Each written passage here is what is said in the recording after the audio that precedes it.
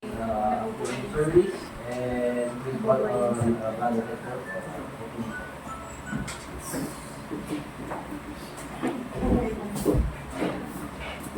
Let's pray. Lord God, Heavenly Father, thank you for what has transpired again this morning, for the messages that we have heard from Israel brothers to preach to us. Lord, even as we again have this afternoon service, we're still praying, Lord, that you are the one who will provide for our spiritual needs. We thank you that you are good to us and you work in our lives, that we might be able to serve you, and that we might also be able to serve one another. So, Father, have your will and way again in this service, and we give you back the honor and glory, asking this in Christ's name. Amen. And let's call on Brother Lassie for conversation. Sa opener songbooks po sa Song 314, 314. Song 314. 314, More Love to Thee.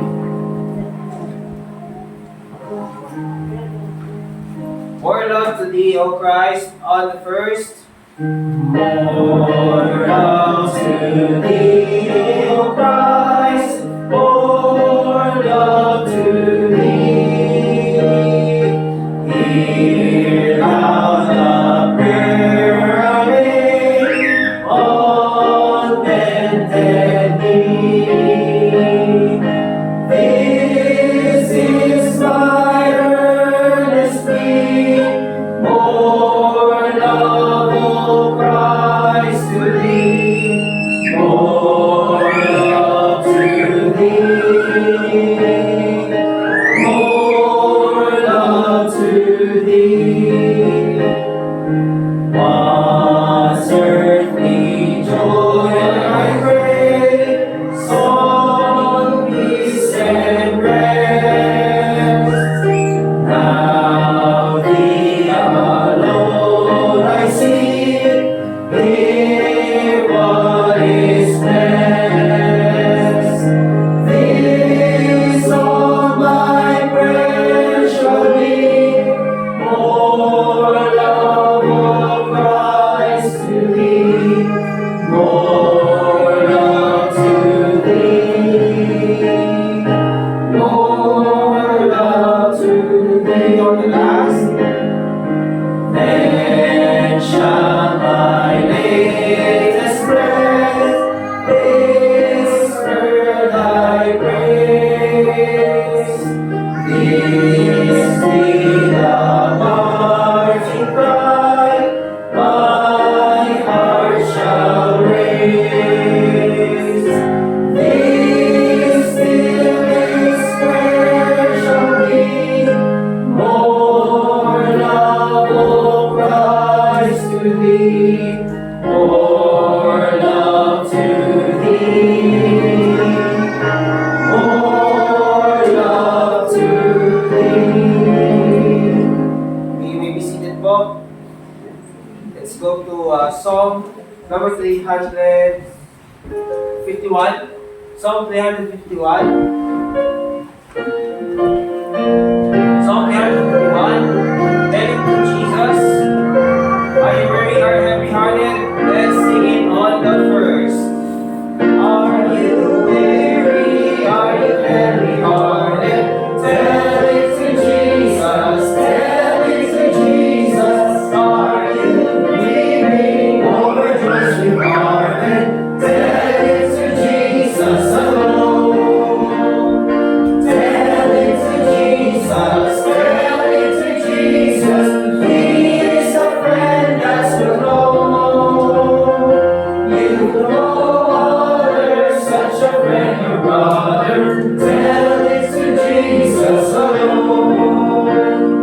Do your tears flow down your cheeks unbidden? Tell it to Jesus. Tell it to Jesus. Have you seen that two men's eyes are hidden?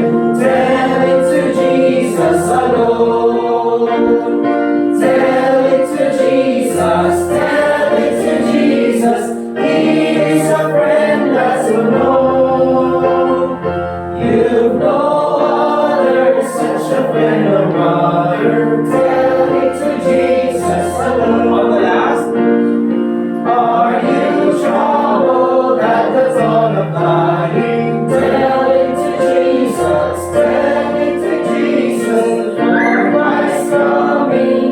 the bar is shining. Tell it to Jesus alone.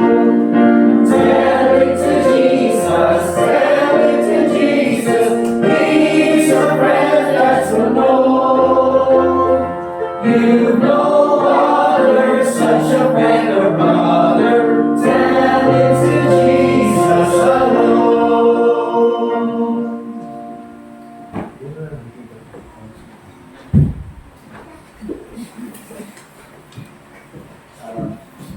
Ulitin ko lang po yung announcement kanina umaga. Pa-remind po tayo. Si Pastor Tim is nasa Launod po, Ching, sa ngayon.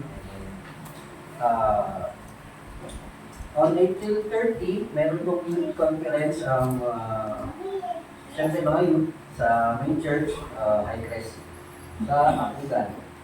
So, sa mga youth po, invited po kayo para mag-join. And sa month of May, we'll focus on soul winning emphasis. So, ang mga teaching natin this May is more of soul winning. And sa May 4, we'll already invite si Sir Raymar sa Manila for Luke's birthday, second birthday. Tapos, sa May 11, it's a special day for mothers.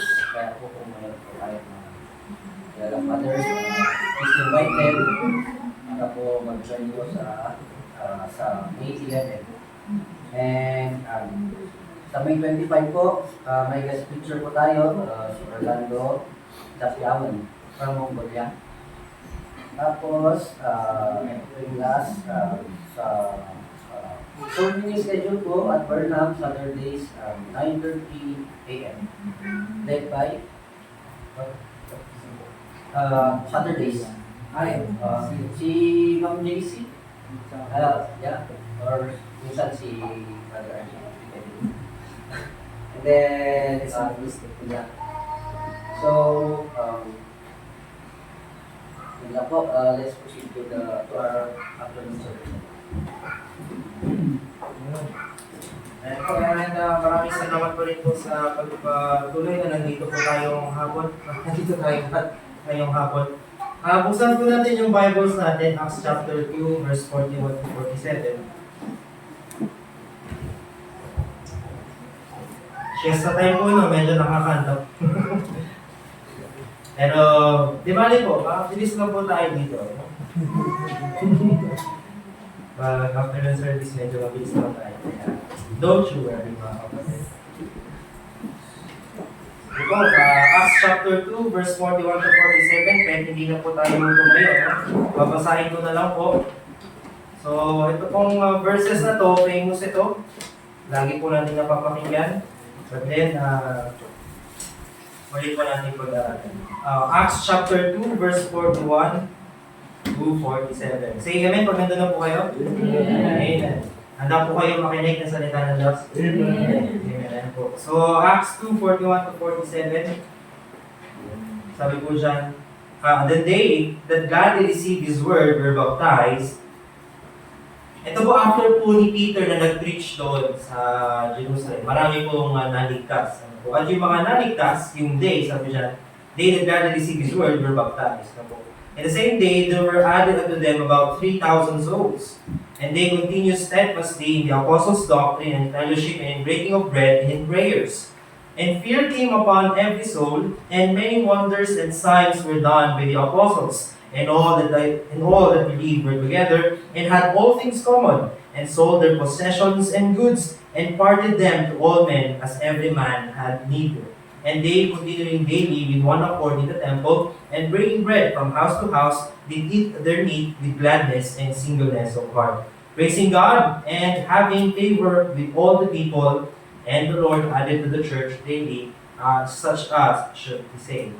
Panginoon Diyos, nakikisalat, maraming salamat po sa hapon na ito. Patuloy po kami pagbalain.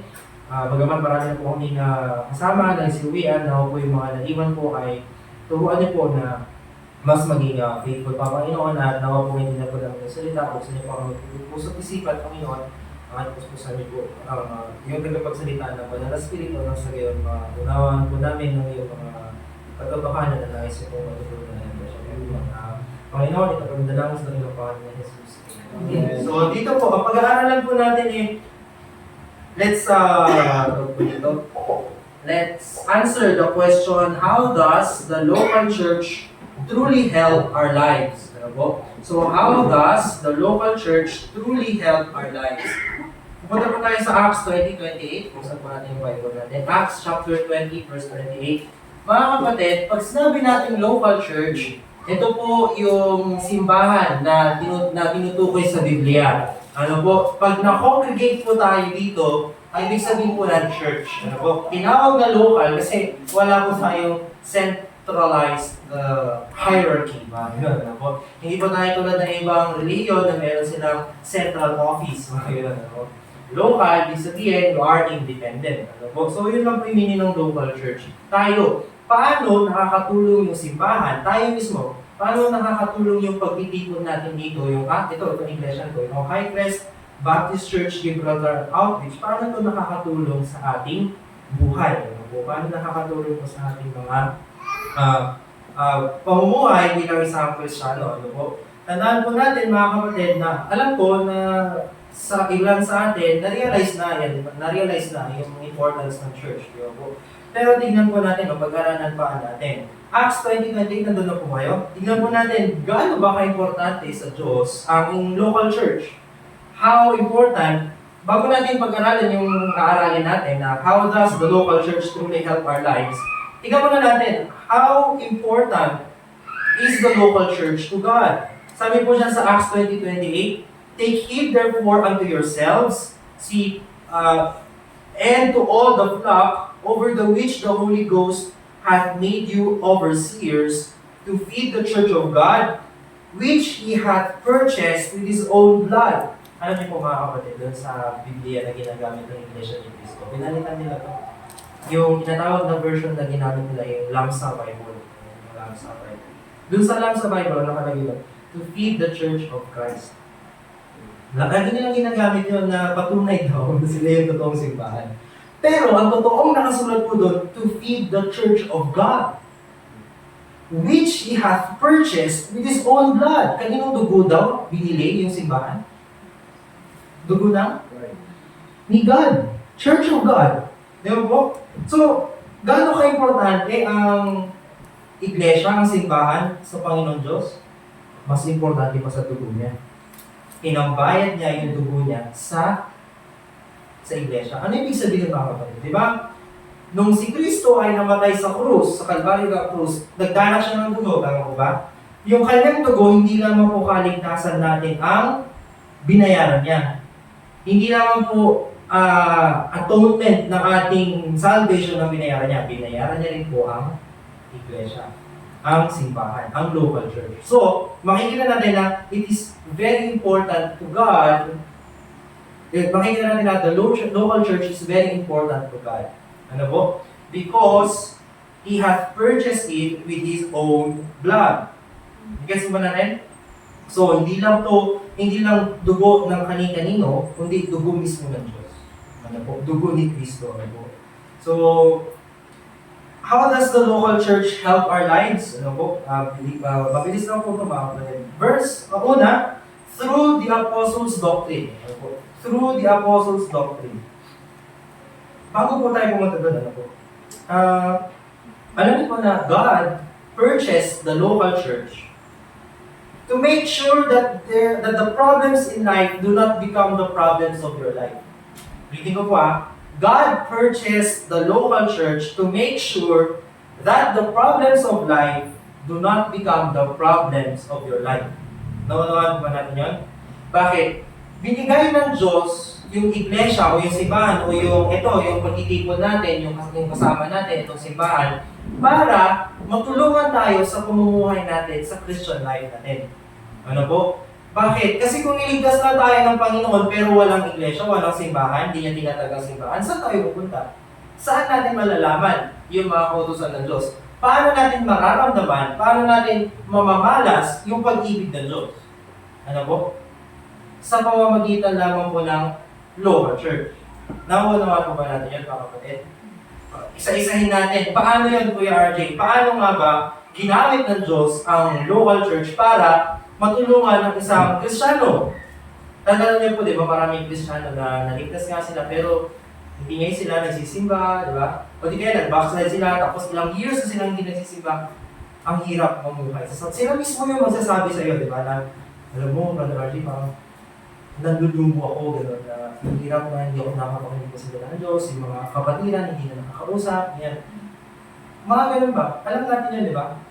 May mga ganun po ang katotohanan. Kaya nga po, ang iglesia, ang simbahan ay importante po. Ano? Una, through the apostles' doctrine. Doon po sa verse 41 to 42, kung sabi dyan, then they that gladly received this word was baptized, and the same day there were added unto them about 3,000 souls. Sabi dyan, and they continued steadfastly in the apostles' doctrine. Alam niyo po mga kapatid, one of the most important aspect of a local church is its doctrine.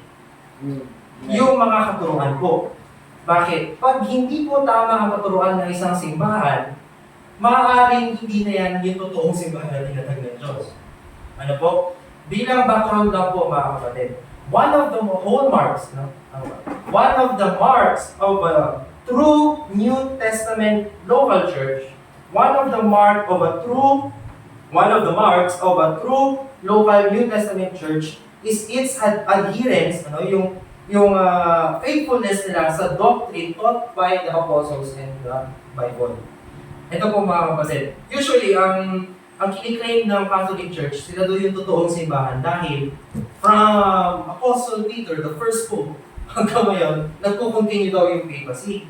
Pero tandaan po natin mga kapatid, sabihin na natin totoo yan, no? Pero hindi po yung totoo about sa commitment sa history. Hindi naman talaga naging santo papa si Peter. Ang Catholic Church, lumitaw lang yan 300 years after the resurrection of the Lord Jesus Christ. Ano po? So walang continuity from the Lord Jesus Christ to the Catholic Church. Hindi mo yan makikita sa history. Pero ipalagay na lang natin na totoo. Ano po? Nakunawa natin ha? Ipalagay na lang natin na totoo na sila yung tinatag ng Panginoon sa Kristo. Isipin mo, tignan mo yung mga doktrina na tinuturo nila ngayon. Nakakayon ba sa Biblia? Nakakayon ba sa Biblia yung mga tinuturo nila ngayon? Hindi na. Which means, hindi na sila sa church. Nakikas ba natin? Yun po ang importansya ng doktrina. Yan ang mag-determine sa local church kung totoong simbahan na yan. Tinuturo ba niya na salvation by grace through faith? Tinuturo ba na ng Trinity? Di ba po? Yun po ang determinants. Diba? Yun po ang mag-determine kung totoo ang isang simbahan. Kaya nga, test mo yung mga Baptist Church. Yung tinuturo ba ni High Crest Baptist Church ay according to the Apostles' doctrine, according to the Bible. Diba po? So, throughout the ages, mga kapatid, it was the doctrine preached by the apostles that made Christians strong in their faith. Dahil po sa doktrina na pinahahawakan natin, na pinasa ng mga apostol sa mga Kristiyano hanggang sa ngayon, na ating pinahahawakan, which is the Bible. Kaya kung titignan niyo yung history ng Bible, marami pong martyrs ang pinatay dahil po dito. Because they hold fast doon sa doctrine na kanilang natanggap. Diba po? At yung natanggap po nila na doktrina na yun, itinaturo sa simbahan, at dahil po sa mga doktrina na yun, naging malakas po sa pananampalataya ng mga Kristiyano. So how does the local church truly help our lives? You can have the truth. Pag wala pong katotohanan sa buhay mo, mahirap mabuhay, di mo alam kung saan ka pupunta. Di mo alam kung ano yung daan na dapat mong puntahan. Pasalamat tayo sa Iglesia ng Panginoong Diyos. Parang mahirap sabihin yung Iglesia ng Cristo. Sabihin, pasalamat tayo sa Iglesia na binili ng ating Panginoong Kristo. Ito, yung High Crest Baptist Church at iba pang Baptist churches na natuturo ng totoong doktrina mula sa Biblia, natutulungan tayo maging mamuhay doon sa tamang daan. Nag-gets ko ba natin? So pangalawa naman, how does the local church truly help our lives? Through holy fellowship. Ano po? Acts 2:42-46 and 46 sabi, and they continued steadfastly in apostles' doctrine and fellowship, and in breaking of bread and in prayers. And they continually daily with one accord in the temple, and breaking bread from house to house, did eat their meat with gladness and singleness of heart. Alay niyo po yun, dati yung local church noon, di ba? They are breaking bread from house to house. Di ba? Oh. Kaya nga, doon naman kami next Sunday sa inyo. Di ba? Oh. Ate Johnny, next Sunday sa inyo. Parang ganun sila dati, di ba? Pero through holy fellowship, alam niyo po, Christians are designed for fellowship. Pag ikaw po ay naligtas, andun yung desire na magkaroon ka ng fellowship with other believers. Nakakalawa ba natin yan?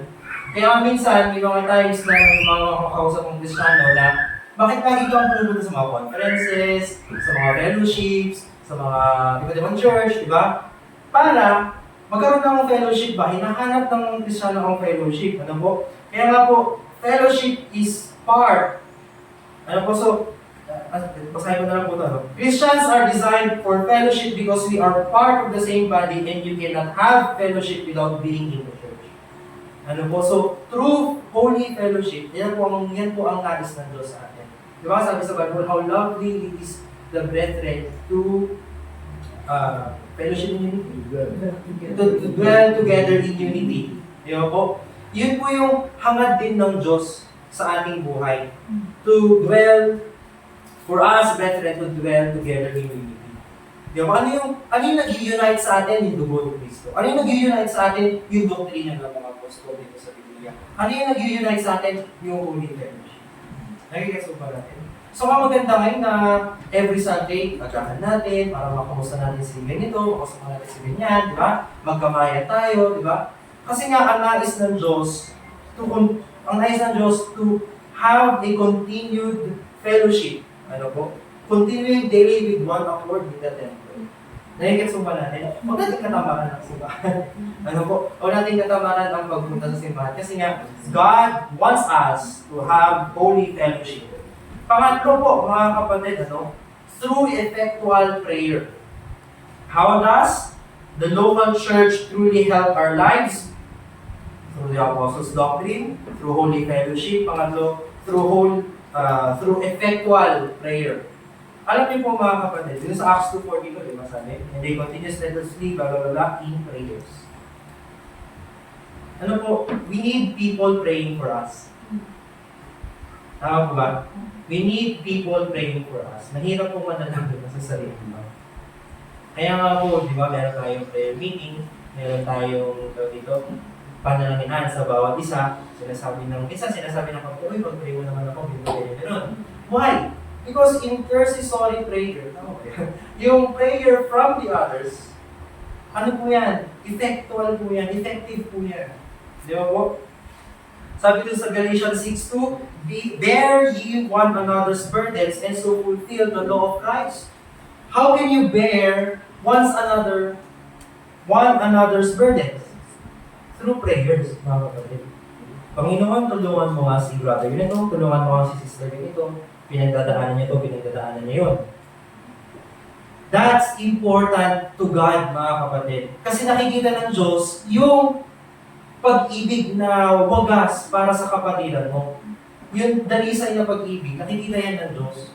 Nakunawan po ba natin? So, paano tayo natutulungan ng local church? Pag wala ka sa local church, mga kapatid, kung wala ka sa iglesia, kung wala ka sa simbahan, sino mananalangin para sa'yo? Sino ang tutulong na manalangin para sa'yo? Nakunawan po ba natin? Hindi okay na, kaya ko na manalangin para sa sarili ko. Hindi po.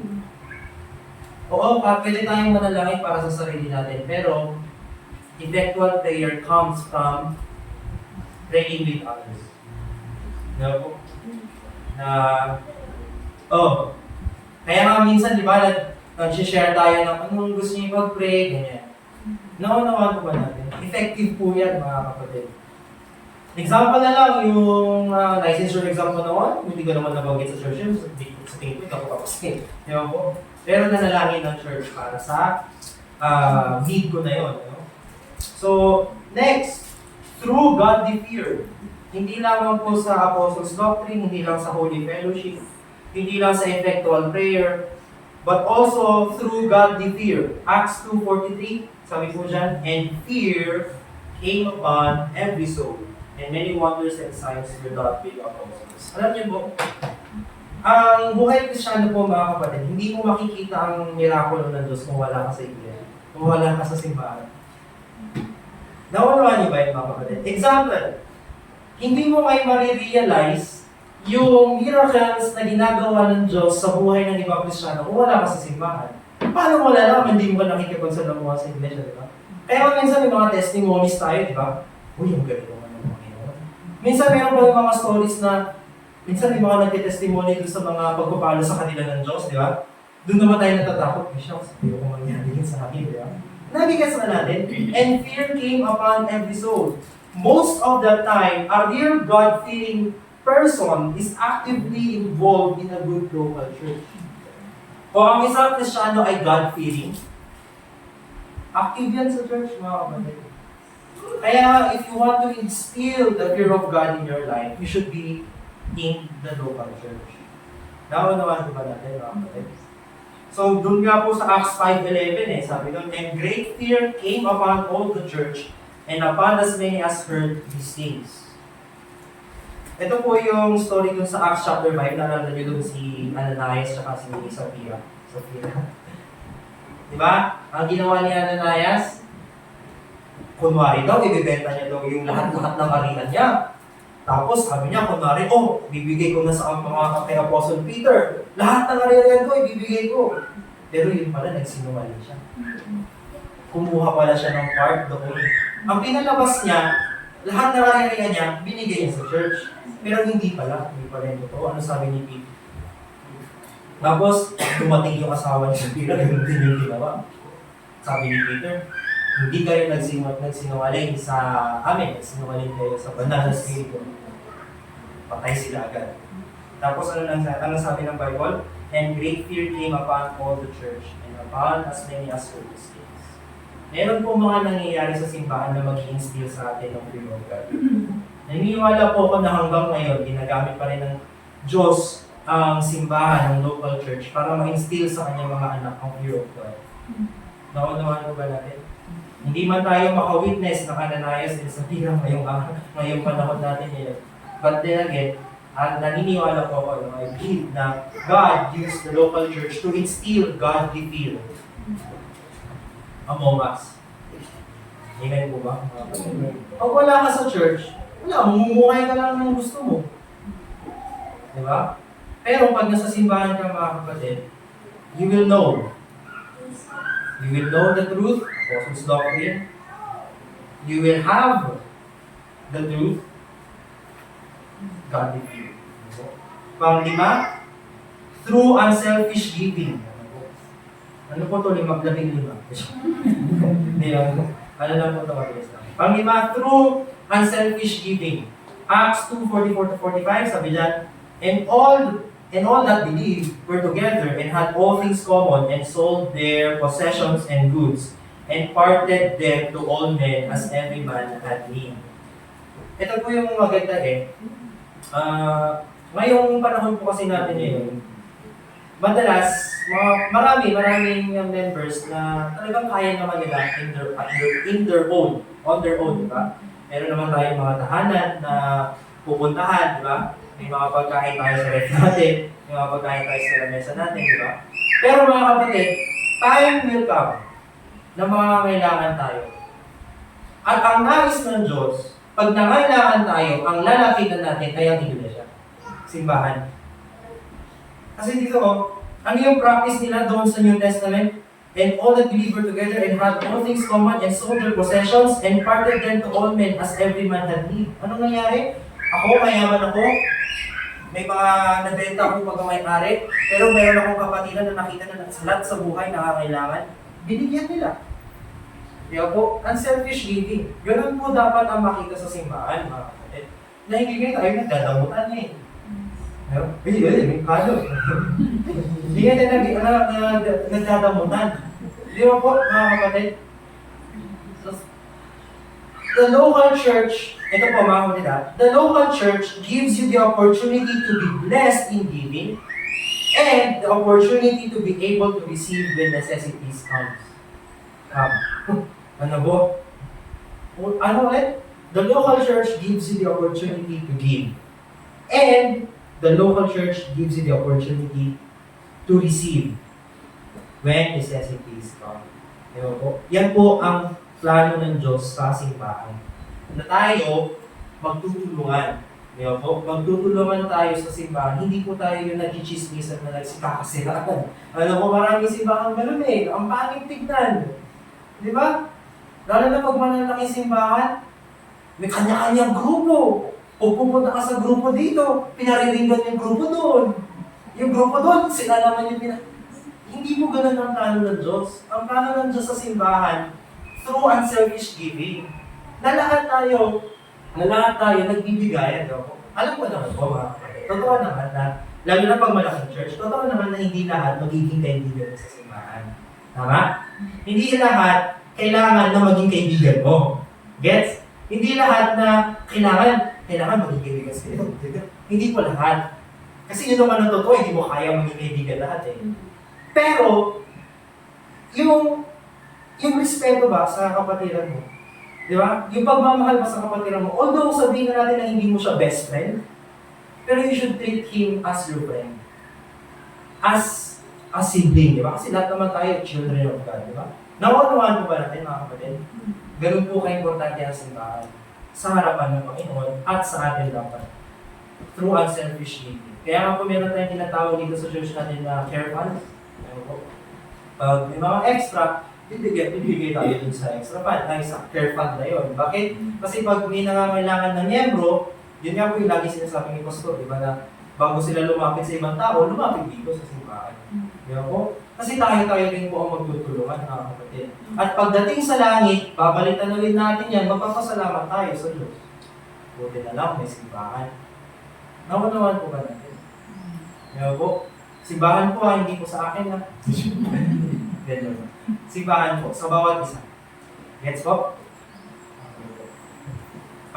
Pang-anim, through loving unity, Acts 2:46, and they, continuing daily with one accord, o yun yung key phrase natin, no? Continuing daily with one accord in the temple, and breaking bread from house to house, did eat their meat with gladness and singleness of heart.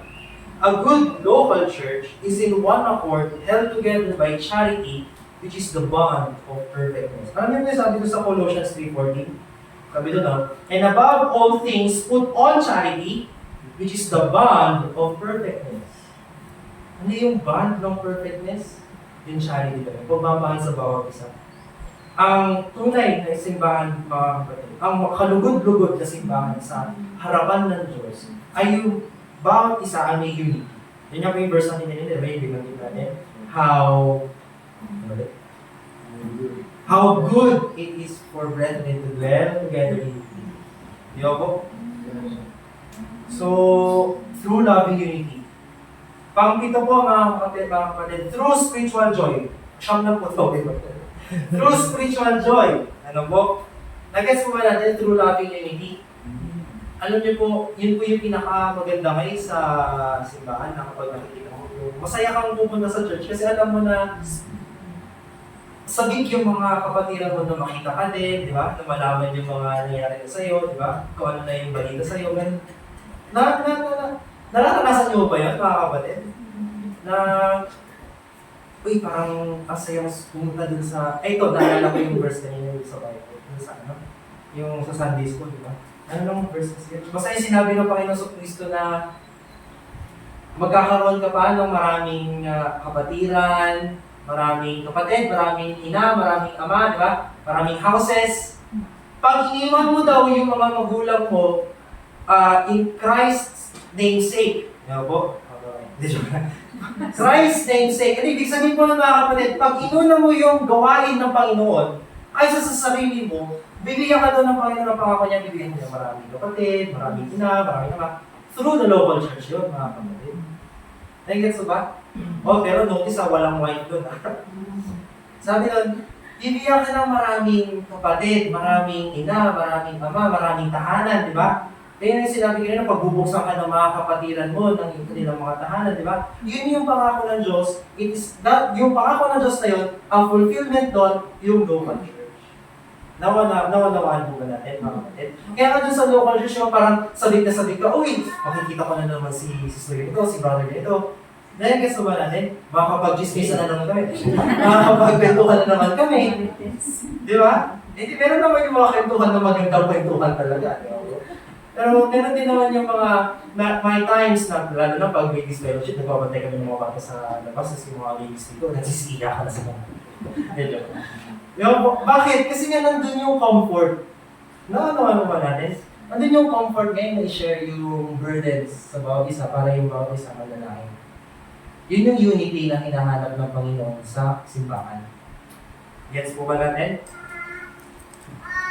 Above all things, put on charity, which is the bond of perfectness. Through spiritual joy, pang-pito, through spiritual joy. Verse 46, and they continued daily with one accord in the temple and breaking bread from house to house, did eat their meat with gladness and singleness of heart. Ang tunay po na kaligayahan, mga kapatid, ay matatagpuan sa Panginoong Jesus. Amen? Pero ginamit ni Panginoong Jesus yung simbahan para matamasa natin. Okay po ba? A joy that comes from the Spirit of God and His work in the church, and not just from man's attempts to make a happy environment. A Christian will never experience the fullness of the joy of the Lord outside of a good local church. Akala po kasi natin yung kasiyahan niya yung nakikita natin sa concert. Pag pumunta ka sa concert, masaya ka, talagang energetic ka, di ba? Pero pag uwi mo, dala-dala mo pa rin yung problema mo sa buhay.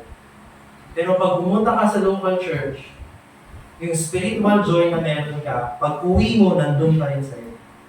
May assurance ka na, ay, pinanalangin na namin sa church, yan, bahala na sila. Nagets na ba, mga kapatid? Through spiritual joy. Pangulo, second to the last, through heavenly praise. Through heavenly praise. Verse 47, praising God, and having favor with all the people, and the Lord added to the church daily, such as should be seen. Mga kapatid, sa church, although pwede ka naman mag-worship na sa sarili mo, diba? Pwede kang kumanta, pag free time mo, ganyan. Okay, naglalakad ka sa highway, papunta ka ng trabaho, kumakaway ka sa Panginoon, nagdarasal ka sa Panginoon. Minsan may headset ka pa, nagkikinig ka ng Bible, diba? Uy, nakikinig ng Bible, high-tech. Pero okay lang po yan. Pero mga kapatid, yung sinasabi ng Panginoon na worship God in spirit and in truth, matatamasa mo yun through the local church din. Diba po? Ang nais ng Diyos, sama-sama tayong mag-worship sa Kanya. Diba po? Oo, okay yun. That's good, no?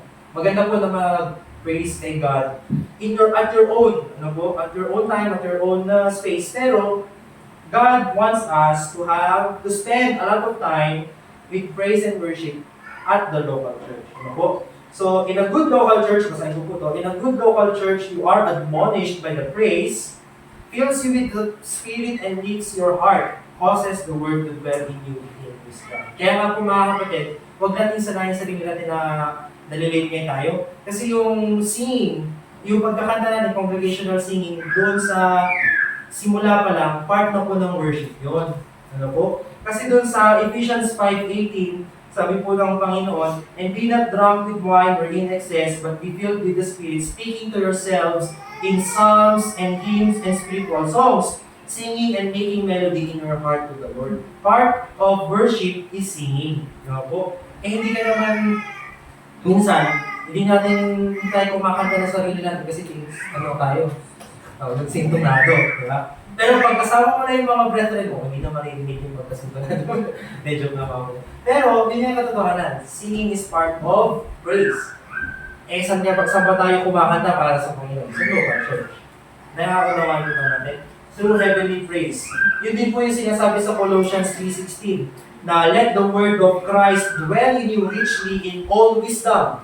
Dapat daw yung salita ng Panginoon Jesucristo ay nananahan sa atin richly in all wisdom, teaching and admonishing one another in psalms and hymns and spiritual songs. Paano daw tayo magtuturo at mag-admonish o magpapatibay ng ating mga kapatiran? Through psalms, hymns, spiritual songs, singing with grace in your hearts with the Lord. Part of worship is the singing. Also, part of worship is the Word of God, yung preaching. Naman, singing, preaching, and praying. Ano po? Paano naging part ng worship yung preaching, Kuya Archie? At tagal-tagal, nakaupo lang kami. Paano naging worship yun sa Panginoon? Alam niyo po, sabi ko kanina, di ba? God magnified His Word above His name. Pag nag-aaral po tayo ng salita ng Diyos, pumapasok sa atin na nalalaman natin yung butos ng Diyos, naglulugot ang Diyos doon, na nalalaman natin yung salita niya. So, that's part of worship. Tandaan niyo po yan, ha? Part of worship, singing, preaching, praying. Next, last na po to, through continuous salvation. Natok natin through continuous salvation. Then sa last verse natin, Acts 47, praising God and having favor with all people, and the Lord added to the church daily, such as should be saved. And we enjoy din sa simbahan ngayon, na mayroong mga taong naliligtas because of the preaching of the Word of God, because of the soul-winning activities of the church. Mayroong mga naliligtas ng ibang tao. Yun din po yung joy ng ating local church, ng ating simbahan. So to answer the question natin, to answer the question, how does the local church truly help our lives?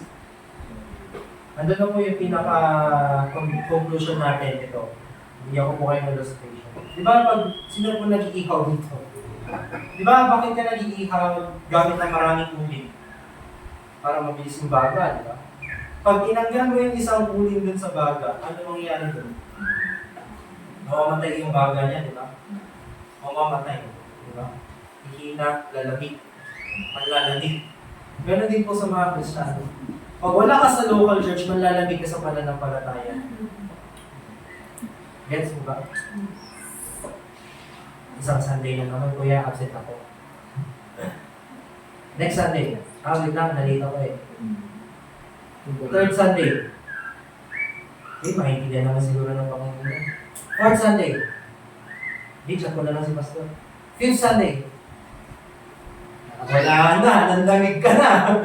Hindi po, wala na. Pag nanlalamig ka, mga kapatid, tignan mo, baka patay ka na. Di ba, pag patay, malamig. Di ba po, malamig na mamatay. Pero mga kapatid, ang pananampalataya, lalago po yan sa simbahan. O sige, magbasa ka ng Bible, mag-aral ka ng Bible, that's good. Dapat mo ang ginagawa yan eh. Pero mga kapatid, you can never have true growth without being in the church. Di ba po? So in a good local church, you are going to see people regularly saved through the preaching of the gospel and through personal work. Basahin ko na lang po ito, mga kapatid. Many have been saved under the preaching of the gospel in a local church. And so it makes a great place for your children to get saved and grow in the Lord, and it's a great place to bring your friends to get saved. Marami pong young people na nakilala ko na ang kanilang testimony naligtas po sa local church. Dahil po yung kanilang mga magulang, lagi po silang dinadala sa simbahan. Kaya po, magandang testimony po, kaya minsan nag-iibig ako sa akin. Sana pala, nung bata pa kami, baptist pa kami, di ba? Pero, kanya-kanyang testimony naman siguro, di ba? Pero mga kapatid, makikita natin na ngayon alam mo na yan, magpatuloy ka. Kasi alam mo na yung mga katotohanan eh. Di ba po? Kung alam mo na itong mga to, aalis ka pa ba? Di ba po? Para bang nakahukay ka na ng ginto.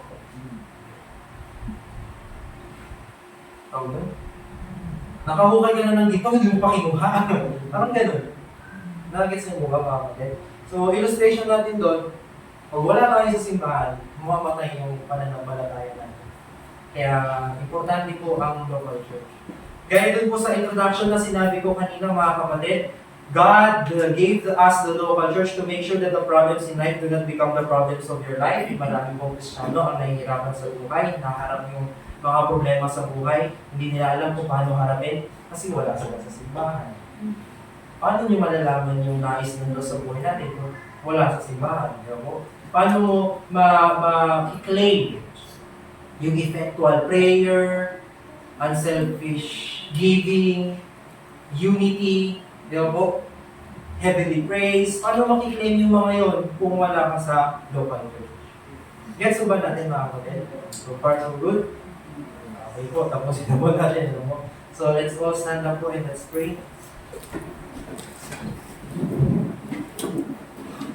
Let's pray, Panginoon Diyos, na kinasalamat, maraming salamat po sa simbahan. Maraming salamat po sapagkat kami po ay iyong itinikon, Panginoon, upang mag-aral na iyong salita, upang maging kakagabay ng bawat isa, Panginoon. Maraming salamat po sa mga kapatiran, Panginoon.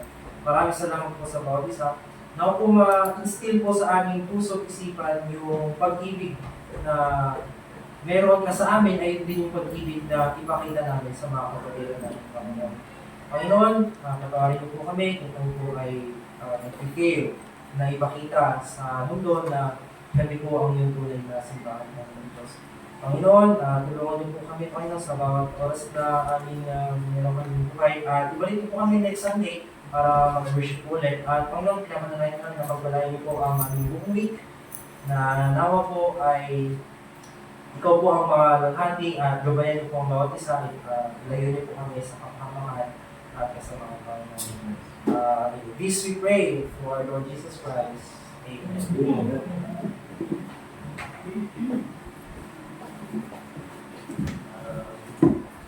Let's proceed to the closing song, and after po nun, maybe also Pastor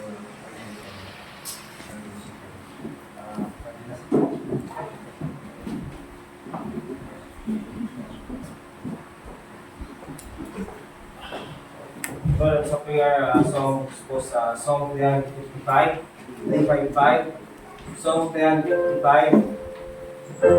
What a friend we have in Jesus, yes?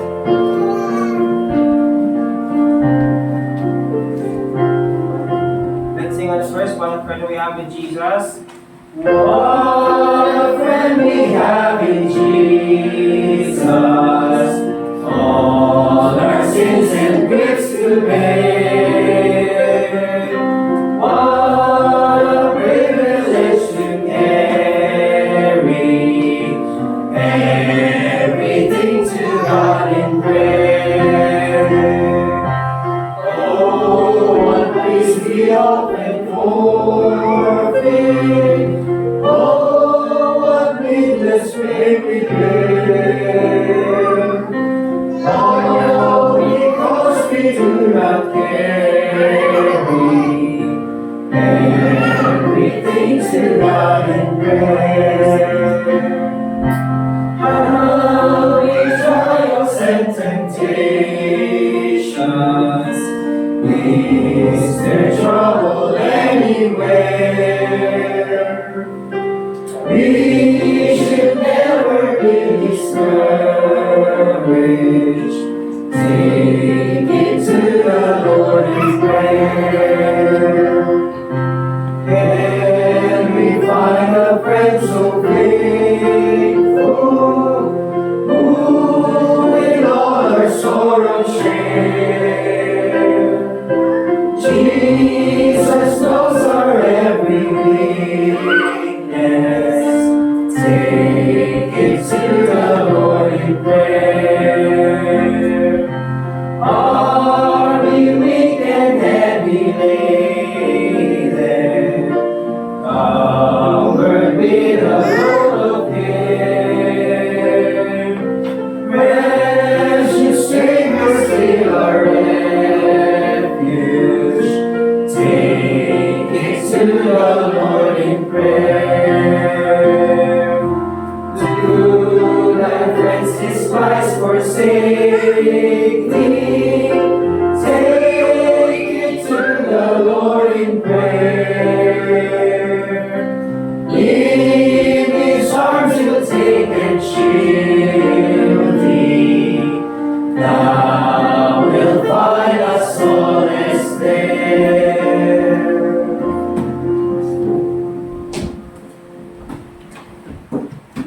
Amen. Tayo po ay manalangin. Dakila naming Diyos, aming amang banal sa langit.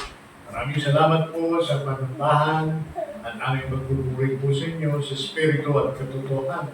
Sa inyong salita na hayag, itaniyo po ito sa aming isip at puso at magiging gabay namin ito sa aming buhay Kristiyano upang kami patuloy na lumugo at maging matibay sa pananampalataya. Salamat po sa inyong iglesia na iyong pinili ng iyong banal na dugo ng iyong buhay, Panginoon. At ito'y pinahalagahan mo po ng higit sa lahat. Naway pahalagahan rin namin ng iglesia, maging tapat kami, maging tunay na sumusuport at naglilingkod sa inyo. Dahil ito po ay napakalaking benepisyo sa aming buhay Kristiyano. Salamat sa inyong salita. Nawa ang lahat ng kapurihan at kalulatian ay tanggapin mo po, Panginoon, bilang aming pasasalamat. Ito po ang aming sama-samang dalangin sa pangalan ng aming Panginoong Jesucristo. Amen. Amen.